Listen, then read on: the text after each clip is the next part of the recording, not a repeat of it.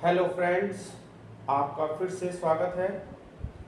एक बार फिर मैं आपके सामने उसी क्लास की कंटिन्यूएशन में आज पॉलिटी की क्लास शुरू करने वाला हूँ। पॉलिटी की क्लास शुरू करने से पहले मैं थोड़ा सा आपको कुछ बताना चाहता हूँ। पॉलिटी बहुत ही एक इम्पॉर्टेंट रोल प्ले करती है, ना ही प्री में बल्कि मेंस में भी, और साथ ही साथ आपके एसे और इंटरव्यू में भी बहुत इंपॉर्टेंट रोल प्ले करती है। आपकी पढ़ाई में रोचकता आती है इससे। दूसरी चीज ये है कि पॉलिटी जब आप पढ़ते हैं तो पॉलिटी कोई कॉन्स्टिट्यूशन नहीं है। अधिकतर लोग इसका अंदाजा लगाते हैं कि कॉन्स्टिट्यूशन पढ़ना पड़ेगा और बहुत सारे आर्टिकल्स याद करने पड़ेंगे। पॉलिटी जो है वो केवल कॉन्स्टिट्यूशन नहीं है, कॉन्स्टिट्यूशन उसका एक हिस्सा है। इसलिए ये भ्रम आप बिल्कुल हटा दीजिए, दूर कर दीजिए कि कॉन्स्टिट्यूशन पॉलिटी है। नहीं, पॉलिटी का एक हिस्सा है कॉन्स्टिट्यूशन। अगर हम मेंस में बात करें तो लगभग 80 मार्क्स के क्वेश्चंस इसमें कवर होते हैं, और प्री में अगर बात करें तो लगभग 20 नंबर के प्रश्न इससे आते हैं। तो आप नंबर की दृष्टि से देख सकते होंगे, मार्क्स की दृष्टि से देख सकते होंगे कि बहुत ही महत्वपूर्ण हिस्सा है ये आपकी तैयारी का। और वैसे भी मैंने अपनी इंट्रोडक्टरी क्लास में मैंने आपको पहले पार्ट में बताया था कि जो हमारे 4 मुख्य स्तंभ हैं हमारे तैयारी के, उन मुख्य स्तंभों में से एक पॉलिटी भी है। आज उसी की हम शुरुआत करने वाले हैं। एक चीज और मैं बताना चाहूंगा कि पॉलिटी में थोड़ा सा फायदा आपको ये है कि थोड़े से आपको इसमें कन्वेंशनल टाइप के क्वेश्चंस भी मिलते हैं। बहुत ज़्यादा तो नहीं मिलते हैं, लेकिन कन्वेंशनल टाइप के क्वेश्चन मिलते हैं। मतलब कि ये कि आप अगर बुक्स पढ़ रहे हैं तो बुक इसमें आपकी हेल्प कर सकती है, और आपको बहुत ज़्यादा एकदम करंट में नहीं जाने की जरूरत होती है। आपको कन्वेंशनल टाइप के क्वेश्चन मिल जाते हैं, तो इसमें श्योरिटी ज़्यादा है। तो चलिए फिर हम लोग पॉलिटी की शुरुआत करते हैं। तो जो पॉलिटी की हम शुरुआत करने जा रहे हैं आज, उसका पहला अध्याय हम लोग शुरुआत करेंगे संवैधानिक विकास।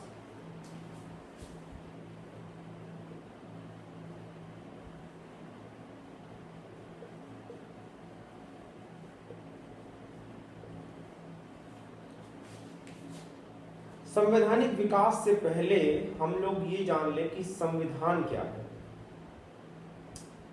जैसे किसी भी इंस्टीट्यूशन को चलाने के लिए हमको कुछ नियम कानून की जरूरत होती है। अगर वो नियम कानून नहीं होंगे तो वो इंस्टीट्यूशन उतने अच्छी प्रकार से नहीं चलेगा। उसी प्रकार से देश को चलाने के लिए भी कुछ नियम कानून की आवश्यकता होती है। तो उस नियम कानून के लिखित रूप को ही हम लोग संविधान कहते हैं। अब जैसे जैसे अगर मान लीजिए कि आप कोई खेल खेलते हैं, तो आप उसकी जरूरत के हिसाब से उन नियमों में परिवर्तन कर सकते हैं।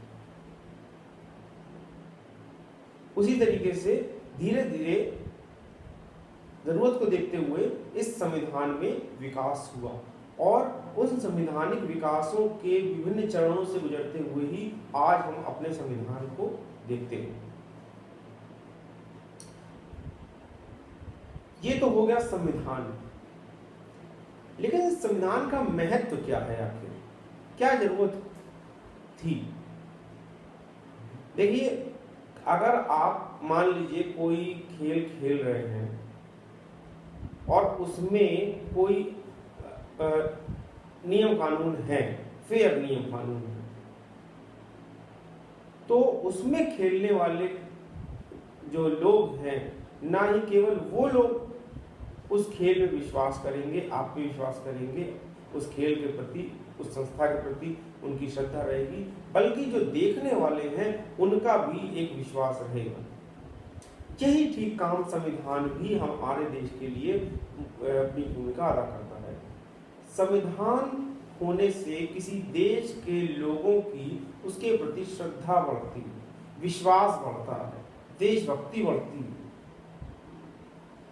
तो ये संविधान का अपने आप में बहुत बड़ा महत्व है। तो अब शुरुआत हम लोग करते हैं कि आखिर कैसे संवैधानिक विकास हुआ, कैसे विभिन्न चरणों से गुजरता हुआ संविधान आज के रूप में पहुंचा। 1600 में एक ट्रेडर्स कंपनी का ग्रुप बना और उसने ईस्ट में यानी पूर्व में जो देश हैं उनमें व्यापार करने की अपनी इच्छा जाहिर करी और उन्होंने महारानी एलिजाबेथ से एक चार्टर, एक परमिशन लेटर उन्होंने उनसे ले लिया, उनसे परमिशन ली और इसी कारण उस जो ट्रेडर्स ग्रुप था उसका नाम था ईस्ट इंडिया कंपनी। तो वो ईस्ट इंडिया कंपनी व्यापार करने जब यहाँ पे आई तो अपने व्यापार को अनुकूल स्थितियां मिले, इसलिए उसने यहाँ की राजनीति में भी दखल देना शुरू कर दिया और अपने फायदे के अनुसार यहाँ के प्रशासन को चलाने लगे। उस समय हमारे देश की स्थिति थोड़ी सी नाजुक थी। नाजुक कहने का मतलब है कि राष्ट्रीय स्तर पे कोई नेतृत्व तो नहीं था, राष्ट्रीय स्तर पे कोई एकता नहीं थी, क्षेत्रीय स्तर पे सब कुछ बटा हुआ था, इसलिए सारी चीजें उनके लिए आसान होती चली। जब इस कंपनी ने प्रशासन को अपने हिसाब से चलाना शुरू किया और अपना फायदा जब उसका होने लगा तो उसके बाद इंग्लैंड में भी ये लगातार लोन लेते रहे, इंग्लैंड से भी, और वहां पे दिखाते रहे कि हमें घाटा हो रहा है। तब वहां की सरकार ने इनको नियंत्रित करने के लिए एक एक्ट लाया, जिसे बोलते हैं हम लोग रेगुलेटिंग एक्ट।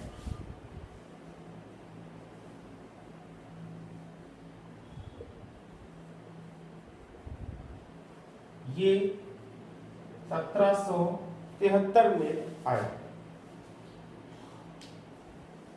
ये जो रेगुलेटिंग एक्ट है, नाम से ही है रेगुलेटिंग एक्ट, यानी कि इसको उनको रेगुलेट करना था। उनको रेगुलेट करने के लिए इन्होंने क्या किया कि सबसे पहले जो बंगाल का गवर्नर जनरल था, जो बंगाल का गवर्नर था उसे बंगाल का गवर्नर जनरल बना दिया। बंबई मद्रास के जो गवर्नर थे उनको इस गवर्नर जनरल के अंडर में ले आए। उनकी शक्तियां खत्म कर दी। जब उनकी शक्तियां खत्म कर दी एकदम से, तो आपस में विवाद भी होगा। तो उस विवाद को दूर करने के लिए 1774 में एक एपेक्स कोर्ट की स्थापना की गई और जिसे सुप्रीम कोर्ट भी कह सकते हैं। और उसके जो प्रथम न्यायाधीश थे वो थे सर एलिजा इम्पे, और जो प्रथम गवर्नर जनरल थे हमारे वो थे वॉरेन हेस्टिंग्स। तो वॉरेन हेस्टिंग्स प्रथम गवर्नर जनरल और सर एलिजा इम्पे हमारे प्रथम। ये नोट करने वाली चीज है, थोड़ा आप इसको अंडरलाइन कर लीजिएगा, नोट कर लीजिएगा कहीं पे भी कि सर एलिजा इम्पे हमारे प्रथम जो थे न्यायाधीश सर्वोच्च न्यायालय के, और लॉर्ड वॉरेन हेस्टिंग्स जो थे वो हमारे प्रथम गवर्नर जनरल थे। ये 1773 में रेगुलेटिंग एक्ट में कुछ चीजें आई जिससे कि कंपनी को रेगुलेट किया जाए। रेगुलेट करने के लिए उसमें उन्होंने यही किया था कि जो अलग अलग बटे हुए थे, मतलब बम्बई के गवर्नर अलग थे, जो मद्रास के अलग थे, तो वो अपने हिसाब से अपने काम करते थे, उनको एक के अंडर में ले आए, बंगाल के, क्योंकि बंगाल उसमें बड़ी प्रेसिडेंसी हुआ करती थी, इसलिए उनके अंडर में ले आए। और जब एकदम से ले आए, उनकी शक्तियां छीन ली, तो उनमें आपस में विवाद होगा, तो उस विवाद को दूर करने के लिए एक कोर्ट की स्थापना कर दी। ये था रेगुलेटिंग एक्ट। अब इसमें भी कुछ खामियां थी, देखिए कुछ जो नियम बनते हैं उसमें कुछ ना कुछ खामियां निकल आती हैं, तो इसमें भी कुछ खामियां थी। इसकी खामियों को दूर करने के लिए एक एक्ट फिर 1784 में आया, जिसे बोलते हैं पिट्स इंडिया एक्ट। ये उस समय तत्कालीन प्रधानमंत्री जो थे उनके नाम पे रखा गया था। इसमें क्या प्रावधान किया गया, जो कंपनी के बोर्ड्स ऑफ डायरेक्टर होते हैं उन पर निगाह रखने के लिए एक बोर्ड ऑफ कंट्रोल की स्थापना की गई।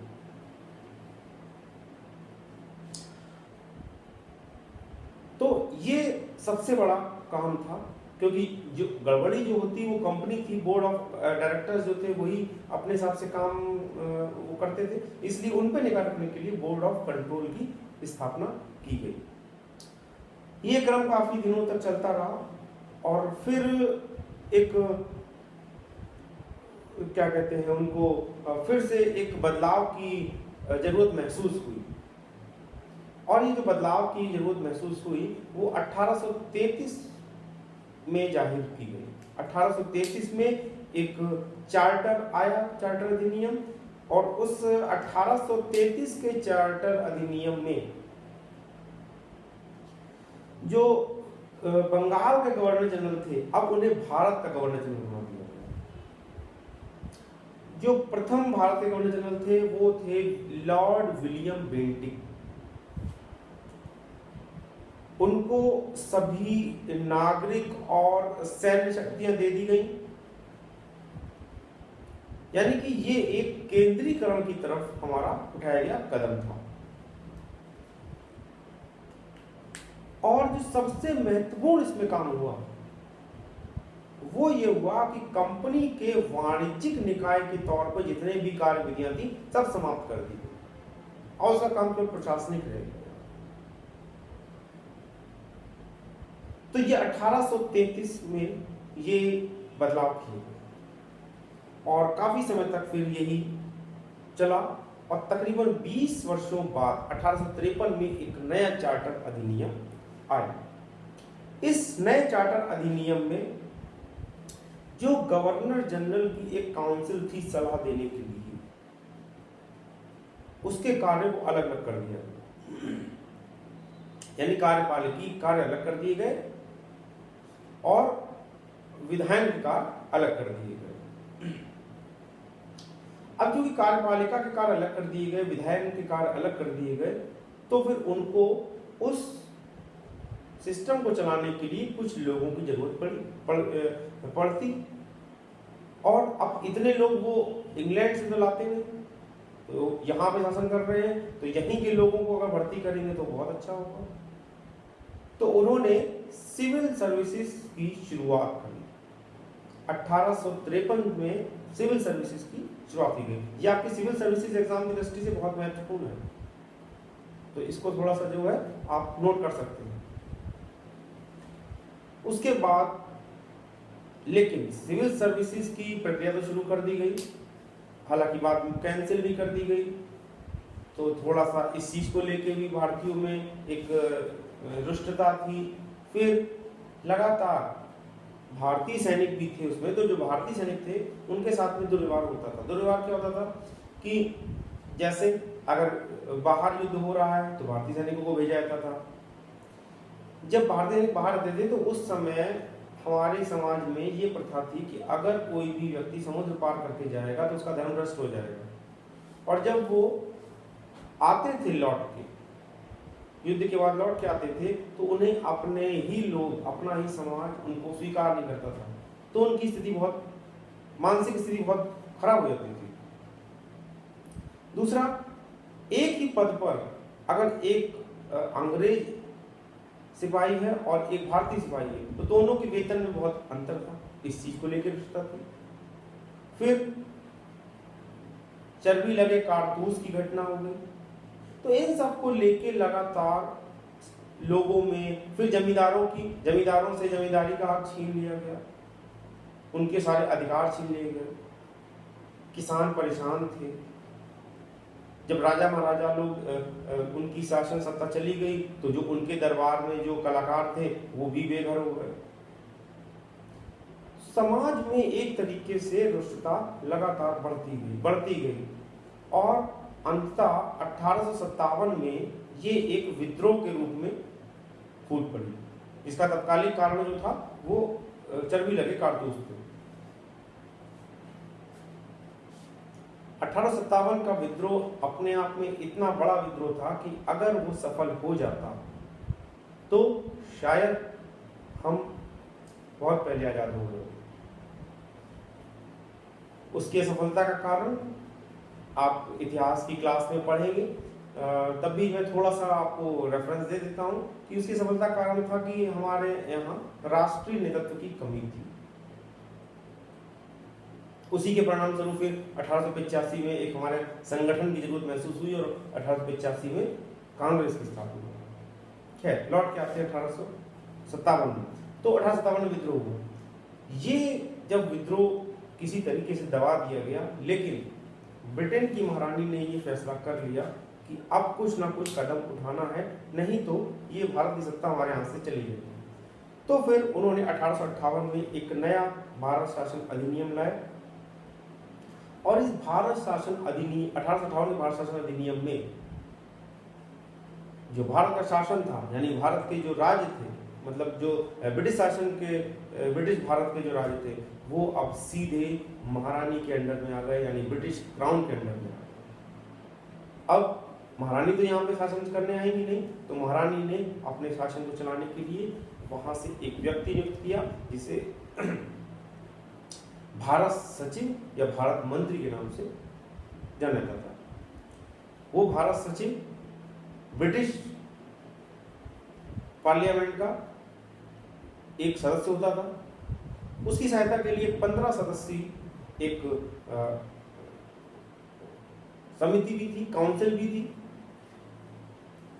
जो गवर्नर जनरल थे उनका नाम बदल के अब वायसराय कर दिया गया,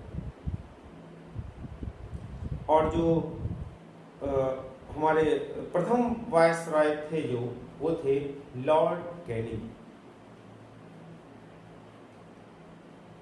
तो 2014 में इस पे एक प्रश्न भी है 1858 के अधिनियम से, आप उसको अनसॉल्व पलटेंगे, देखेंगे, देखा भी होगा, तैयारी आपने की होगी आशा करता हूं, जैसे मैंने कहा था। तो ये 1858 में सबसे बड़ा जो कदम था वो यही था कि ब्रिटिश क्राउन के अंडर में समा।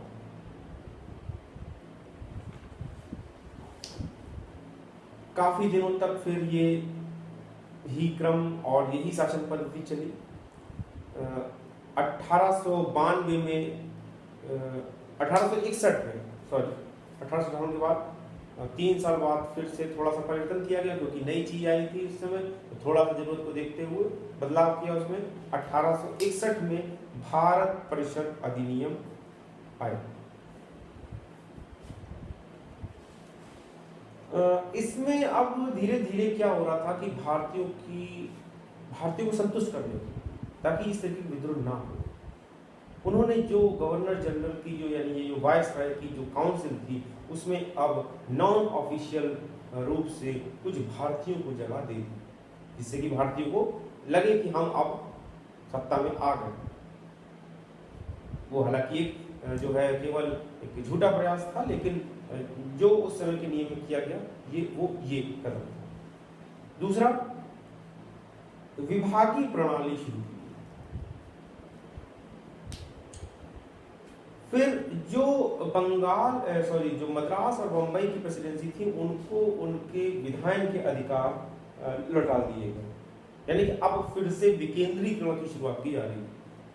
क्योंकि कारण ये था कि इतना बड़ा जब राज्य हो गया था, जो सीधे अब ब्रिटिश क्राउन के अंतर्गत आ गया था, तो जो नए राज्य थे वो भी थे उसमें, जो पुराने थे वो भी थे, तो बहुत बड़ा राज्य था। तो केंद्रीकरण व्यवस्था का उन्होंने खामी ये देखी कि केंद्रीकरण में उतनी जल्दी जो क्या कहते हैं जो सूचना आती है तो वो इतनी जल्दी से, उस समय इतनी टेक्नोलॉजी तो थी नहीं, तो सूचना का आदान प्रदान इतनी जल्दी से नहीं हो पाता है। जब विकेंद्रीकरण होगा, छोटी छोटी जगहों के, थोड़ी थोड़ी जगहों के अपने विधायन करने की शक्तियां होंगी, तो उस जगह को वो अपने हिसाब से देख पाएंगे, चला पाएंगे, तो विद्रोह को वहीं की वहीं दब जाएगा। उनका उस समय ये सोचना था। उसके बाद फिर 1892 में एक भारत परिषद अधिनियम आया, और इसमें जो 1861 में जो भारतीय शामिल किए गए थे, अब उनकी जो थोड़ी सी और मांग बढ़ी, उनको संतुष्ट करने के लिए उन्होंने उनको बजट पर प्रश्न पूछने का अधिकार दे दिया। लेकिन ध्यान रखेंगे, केवल प्रश्न पूछने का अधिकार दिया था, पूरा प्रश्न पूछने का अधिकार नहीं दिया था। वो प्रश्न पूछेंगे, उसका जवाब मिले या ना मिले, उसके बदले में वो कोई प्रश्न नहीं कर सकते कि क्यों। उन्होंने अगर बाई चांस पूछा कि बजट में इतना खर्च हुआ, कि शिक्षा में इतना आपने खर्च किया, कितना खर्च किया, उन्होंने बताया इतना खर्च किया, तो अब आप दूसरा प्रश्न ये नहीं पूछ सकते कि इतना क्यों खर्च किया, इतना कम क्यों, पूरा प्रश्न नहीं पूछ सकते। फिर 1892 के बाद 1909 में फिर एक अधिनियम आया, भारतीय परिषद अधिनियम, जिसको मार्ले मिंटो सुधार भी कहते हैं। जो मार्ले थे वो भारत सचिव, यानी कि जो पहला नाम होता है हमारा मार्ले मिंटो, ये जो पहला नाम होता है ये भारत सचिव होता है, और ये वायसराय।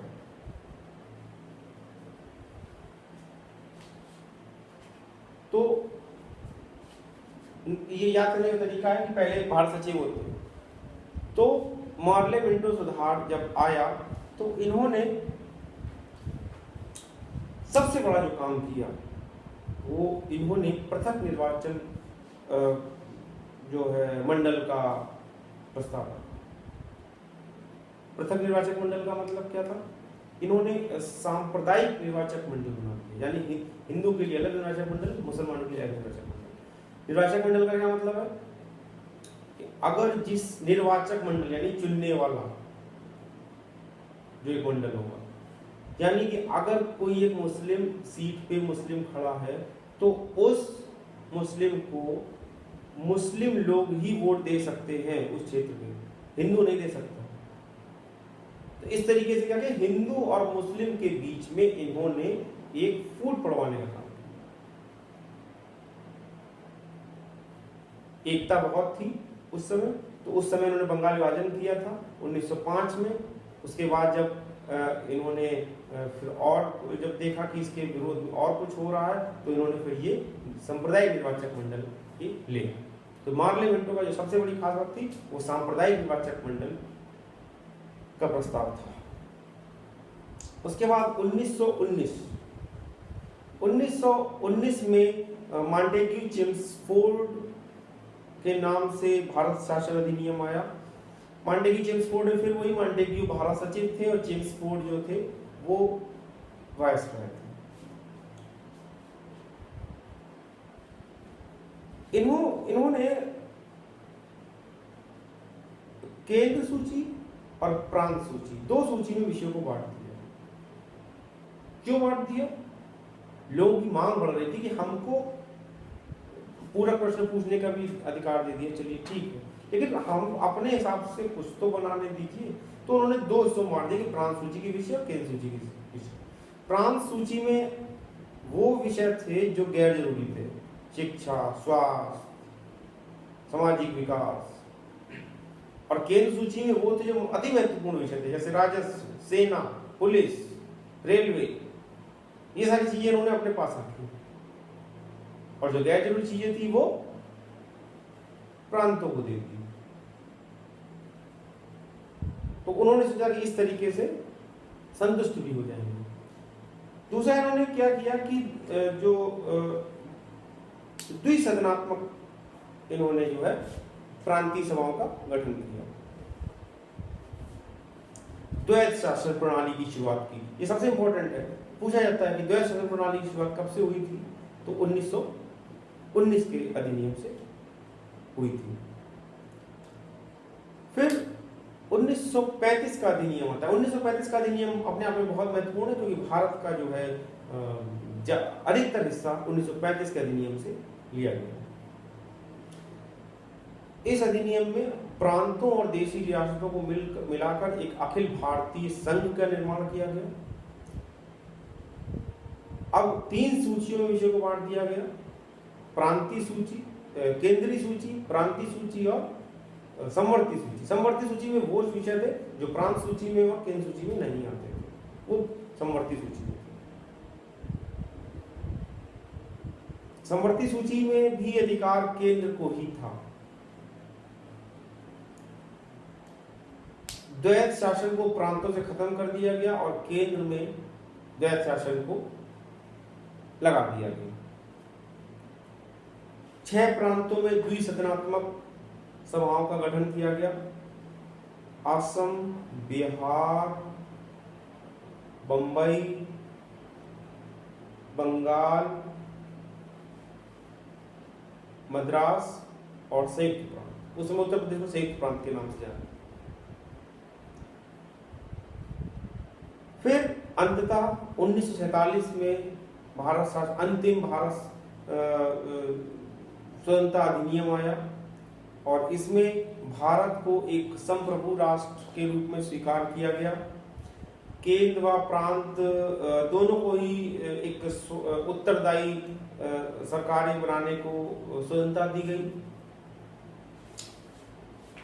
भारत के जो गवर्नर जनरल थे वो केवल नाम मात्र के अब रह गए थे, केवल जब तक सत्ता हस्तांतरित नहीं हो रही थी तब तक। संविधान सभा जो निर्माण किया गया था, संविधान सभा को 2 काम उस समय दिए गए, एक तो संविधान निर्माण का और दूसरा विधायन का। तो इस प्रकार से भारत स्वतंत्र हुआ और स्वतंत्रता के बाद फिर इस अधिनियम के तहत संविधान का निर्माण हुआ। अब संविधान का निर्माण जब हो रहा था संविधान सभा में, तो संविधान सभा में केवल ये नहीं स्वतंत्र हो गया तो बस काम खत्म नहीं, अभी तो सबसे बड़ी चुनौती बाकी थी, यानी कि जो संविधान हमारा बना था उस संविधान का काफी सारा हिस्सा 1935 के अधिनियम से लिया गया था, जैसे कि सूचियों का निर्माण, विषयों को केंद्रीय सूची, प्रांतीय सूची या समवर्ती सूची में बांटना और प्रांतों को मिला के एक अखिल भारतीय संघ का निर्माण करना, द्विसदनात्मक सभाओं का निर्माण और संविधान सभा का निर्माण और प्रांतों और केंद्र को दोनों उत्तरदायी सरकारें बनाने का अधिकार। तो इस तरीके से बहुत सारा हिस्सा इसी से लिया गया था। उसके बाद भी अन्य स्रोत भी हैं जिससे कि भारत ने बहुत कुछ किया है, बहुत कुछ किया। लगभग संविधान का हर जगह कुछ ना कुछ आपको बाहर से मिलेगा। जैसे अमेरिका से न्यायपालिका की स्वतंत्रता, न्यायिक पुनर्विलोकन यानी कि जुडिशियल रिव्यू,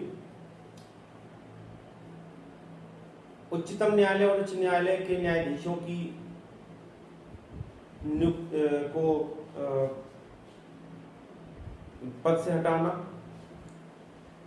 राष्ट्रपति का कार्यकारी प्रमुख के रूप में प्रमुख होना,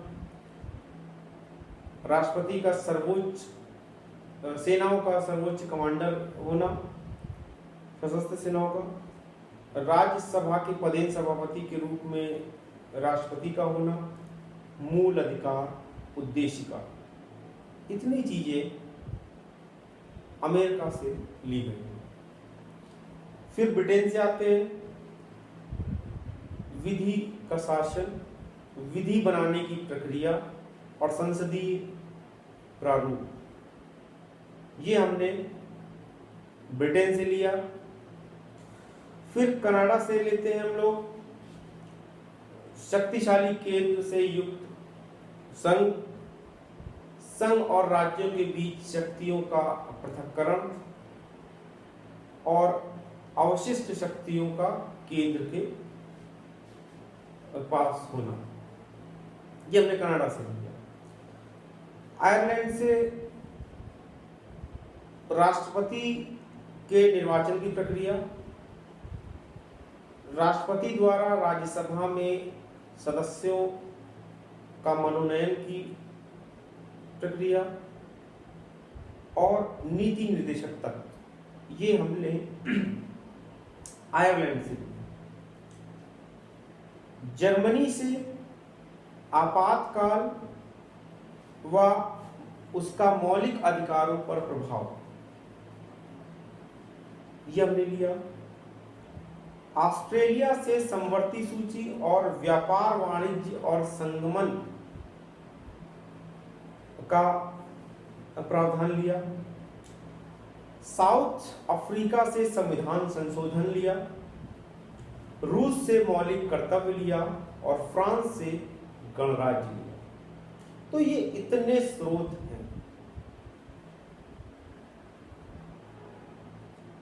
तो इस प्रकार से ये हमारा एक वाङ्मय था, एक हमारा पूरा एक यात्रा थी, जिसके विभिन्न चरणों से होते हुए आज हम संविधान को इस रूप में देखते हैं। और लगातार अब भी संशोधन हो रहे हैं, होते आ रहे हैं, अपनी जरूरत के हिसाब से होते हैं। जैसे अभी हाल ही में जीएसटी बिल को लेकर, तो ये संविधान संशोधन क्या है? ये भी एक विभिन्न चरणों से गुजरता हुआ एक प्रक्रिया है। हमें विभिन्न जरूरतों के हिसाब से अपने संविधान को संशोधन करना पड़ता है, और यही हमारे संविधान की विशेषता है। अभी जब मैं इस चैप्टर पे आऊंगा संविधान की विशेषताओं पे, तो आपको बताएंगे इस बारे में।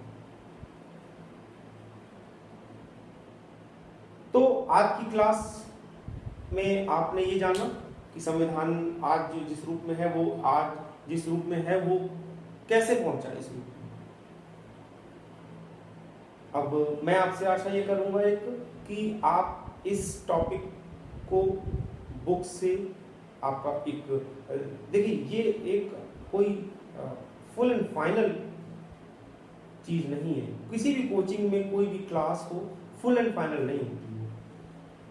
आपको उससे एक आपका जो व्यू है वो क्लियर होता है। अब उस व्यू को क्लियर कर जब हो गया तो आप उसको बुक में थोड़ा सा पढ़िए। उसके बुक में पढ़ने के बाद फिर कुछ अपने नोट्स बनाइए, और नोट्स जरूर बनाइए, क्योंकि देखिए एग्जाम के समय में आप बुक पढ़ने नहीं बैठेंगे, आपके अपने ही बनाए हुए नोट्स काम आएंगे। तो ये सारी चीजें करने के बाद उसको बुक जरूर पढ़िए, नोट्स जरूर बनाइए, और उस नोट्स में प्रश्नों को आधार पे भी, प्रश्नों के जो स्पष्टीकरण होते हैं और जो प्रश्न होते हैं उनको भी आधार बना के नोट्स में शामिल कीजिए, और लगातार उसको अपडेट करते रहिए। तो आपको फिर नोट्स वो कंप्लीट होंगे। दूसरी चीज और मैं कहना चाहूंगा कि आप किसी भी चीज को इस रूप में ना पढ़ें कि ये सिलेबस में है, ये एग्जाम में आएगा। देखिए सिविल सर्विस की तैयारी करनी है तो थोड़ा सा सिलेबस में आएगा और एग्जाम में आएगा के लेवल से थोड़ा सा ऊपर उठ के पढ़े। किसी चीज को जानने के लिए पढ़े, केवल परीक्षा की दृष्टि से ना पढ़े। तो आशा करता हूं ये मेरी बातें आपको समझ आएंगी, और खास तौर से मैं एक आपसे अनुरोध और करना चाहूंगा, जो लोग भी इस चीज को देख रहे हो, देखिए आज के समय में नेट का इस्तेमाल आप सभी करते होंगे और करना चाहिए। उसमें आपको बहुत सारी जानकारी मिल जाती है, लेकिन मैं ये देखता हूं कि उस नेट का जो प्रयोग है वो लोग जानकारी के रूप में कम और उसका दुरुपयोग के रूप में ज़्यादा करते हैं। दिन भर व्हाट्सएप में लगे रहना या दूसरी सोशल साइट्स पे लगे रहना, वो अपने आप में एक तरीके की समय की बर्बादी है। जरूरत हो आप उसका यूज़ करें, आप व्हाट्सएप का यूज़ करें, आप अपने पढ़ाई के लेवल पे करें, ग्रुप बना लें, ग्रुप में डिस्कशन के लिए बहुत अच्छा है। ये मैं सलाह केवल इसलिए दे रहा हूँ क्योंकि आज से हमारी जो प्रॉपर क्लास शुरू हुई है, तो आपको इन प्रायोरिटी को ध्यान में रखना, इन प्राथमिकताओं को ध्यान में रखना कि क्या मेरे लिए जरूरी है, समय या अन्य चीज। क्योंकि कुछ स्टूडेंट्स ऐसे होते हैं कि शुरू में जोश जोश में करते हैं, फिर लेकिन जब पाबंदी उन पर लगाई जाती है तो उसको फिर छोड़ देते हैं, क्विट कर देते हैं इस चीज़ को। तो ये अब आपको देखना है कि आप क्विट करते हैं या डटे रहते हैं। अगली क्लास में मैं आपको संविधान की विशेषताओं के बारे में बताऊंगा। तो तब तक के लिए आपका दिन शुभ हो, मेरी शुभकामनाएं हैं। ये क्लास आपको अगर अच्छी लगी हो तो आप मेल करिए। मैं मेल अपना फिर से एक बार लिख देता हूँ, myiasguide01@gmail.com। ना अच्छा लगा हो, कुछ कमियां हो, तब भी मेल करिए ताकि हम उस कमियों को दूर करके इस क्लास को आपके लिए और ज़्यादा से ज़्यादा उपयोगी बना सकें। तब तक के लिए धन्यवाद, नमस्कार।